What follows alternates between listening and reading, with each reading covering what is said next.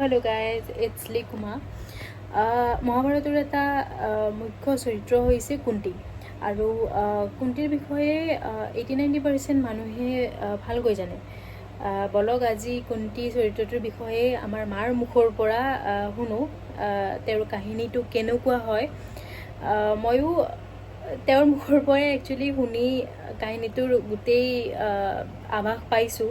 গতিকে আপোনালোককো মই তেওঁৰ কাহিনী বা তেওঁৰ চৰিত্ৰটোৰ বিষয়ে অলপ মাৰ পৰা অৱগত কৰাব খুজিছোঁ। গতিকে বেছি পলম নকৰি ভিডিঅ'টো আৰম্ভ কৰোঁ। কোৱাচোন এবাৰ কুন্তিৰ বিষয়ে।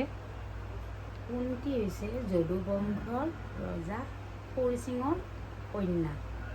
তেওঁৰ দুটা যম সন্তান জন্ম হৈছে। সেই যম সন্তান দুটাৰ এটা হৈছে ছোৱালী প্ৰথমটো, দ্বিতীয়টো হৈছে ল'ৰা।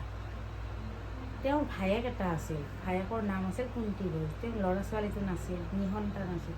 তেতিয়া হৰিসিঙে কৈছিল যে মোৰ যদি ল'ৰা বা ছোৱালী কিবা এটা হয় প্ৰথমটোৱে তোক দি দিম। সেই মৰ্মে প্ৰথমটো ছোৱালী হ'ল, নাম আছিল প্ৰথা। তাইক কুন্তিভোজৰ তাত দি দিয়ে। কুন্তিভোজে ডাঙৰ দীঘল কৰে। তাৰপিছত তাইৰ নাম হ'ল যে কুন্তি। ইফালে ল'ৰাটোৰ নাম হৈছে বসুদেৱ, যিটো নেকি কৃষ্ণ দেউতাক হয়। আৰু সেই মৰ্মে কৃষ্ণ পেহীয়েক হৈছে কুন্তি।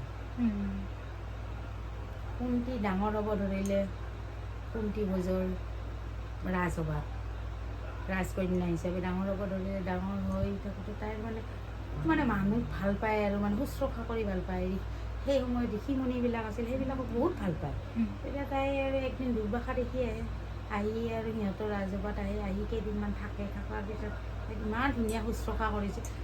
দুৰ্বাসাক শুশ্ৰূষা কৰাটো যি টি মানুহৰ কাৰণে সম্ভৱ নহয়। কিবা দুখ লাগি লগে লগে অভিশাপ দিব, এনেকুৱা আৰু এনেকুৱাকৈ শুশ্ৰূষা কৰিছিল, যাৰ ফলত এটা মন্ত্ৰ তাইক মহামন্ত্ৰ এটা শিকাই দিছিল। সেই মহামন্ত্ৰটো এই কাৰণেই দিছিল, ঋষিয়ে তপস্যা কৰি গৈছিল যে তাই যদি বিয়া হয় ক'ৰবাত নিঃসন্তান হ'ব। সেইকাৰণে সেই মন্ত্ৰটো শিকাই দিছিল। সেই মন্ত্ৰটোৰ এটা হেৰি আছিল, গুণ আছিল যে যোন দেৱতাকে মাতে আৰু তাই সেই দেৱতা আহি উপস্থিত হ'ব আৰু সেই এটা ল'ৰা সন্তান দি যাব, তেওঁ পুত্ৰ হিচাপে পাব। সেই তেনেকৈ আৰু দি থৈ গুচি গ'ল দুৰ্বাসা। যাৰ পিছত কুন্তি ভাবিলে এইটো মই মন্ত্ৰটো হেৰি কৰি চাওঁ আৰু হয় না নহয়, ফলপ্ৰসূ হয় না নহয়। তাই বিয়া নোহোৱাতে সেইটো মন্ত্ৰটো মাতিলে। তেতিয়া বিয়া হোৱাই নাছিল, কুমাৰী অৱস্থাত। তেতিয়া সূৰ্যদেৱক মাতিলে। সূৰ্যদেৱ তাতে প্ৰকট হৈ তাইক আৰু এটা ল'ৰা সন্তান দিয়ে দিলে। কি কৰিব এতিয়া তাই সমাজৰ বিয়া নোহোৱা ছোৱালী এটা গংগা নদীত উটে দিয়ে। উটে দিয়াৰ পিছত তাতে সেই গংগা নদীত উটি যাওঁতে এহাল দম্পতীয়ে লগ পায়। সেই কেঁচুৱাটোক লৈ গুচি গ'ল আৰু সেইফালে সেইটো অধ্যায়হে। ইফালে আৰু কুন্তি ডাঙৰ হ'ল। হোৱাৰ পিছত কুন্তিভোজে বিয়াৰ আয়োজন কৰিলে। সেই সময়ত বিয়াৰ আয়োজন কৰিলে সকলো দেশ বিদেশৰ ৰজা মহাৰজাবিলাকক নিমন্ত্ৰণ কৰে।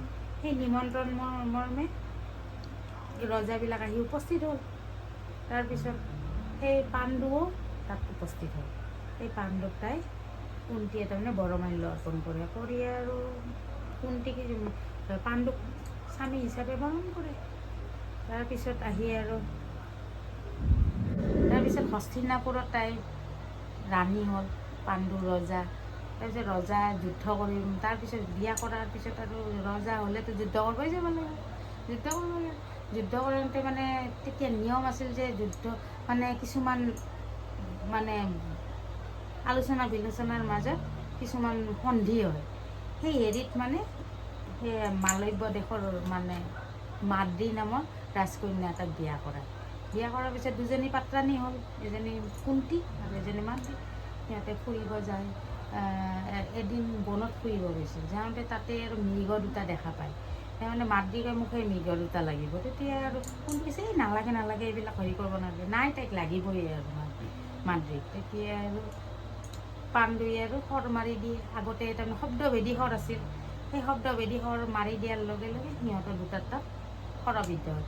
গৈ দেখা পায় সেই দুটা আচলতে ৰূপ ধৰি ঋষিয়ে সহবাসত সেনেকুৱা ৰূপত আছে। সিহঁতেতো আৰু মৃত্যু হ'বই, কাৰণ শৰ মাৰিছে।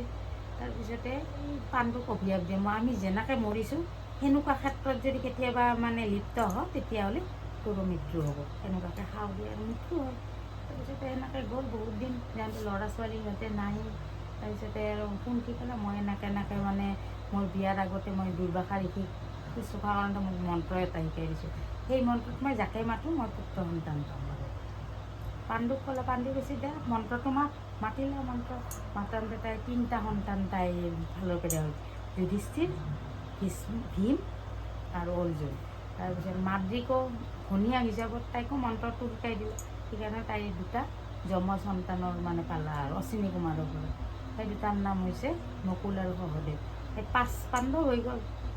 তাৰপিছত আৰু এদিন এই ঋষিৰ অভিশাপ যে আছিল সেনেকুৱা কামত লিপ্ত হওঁতে পাণ্ডুৰ মৃত্যু হয়। পাণ্ডুৰ মৃত্যু হোৱাৰ পিছত মাদ্ৰীয়ে কয় মোৰ কাৰণেই মৃত্যু হৈছে, সেইকাৰণে মই মানে সতীজা প্ৰথা আছিল না তেতিয়া, তাতে মানে স্বামীৰ লগত মৃত্যু হয়। থাকিল কুন্তি সেই 5 পাণ্ডৱৰ লগত ডাঙৰ দীঘল কৰি সিহঁতক।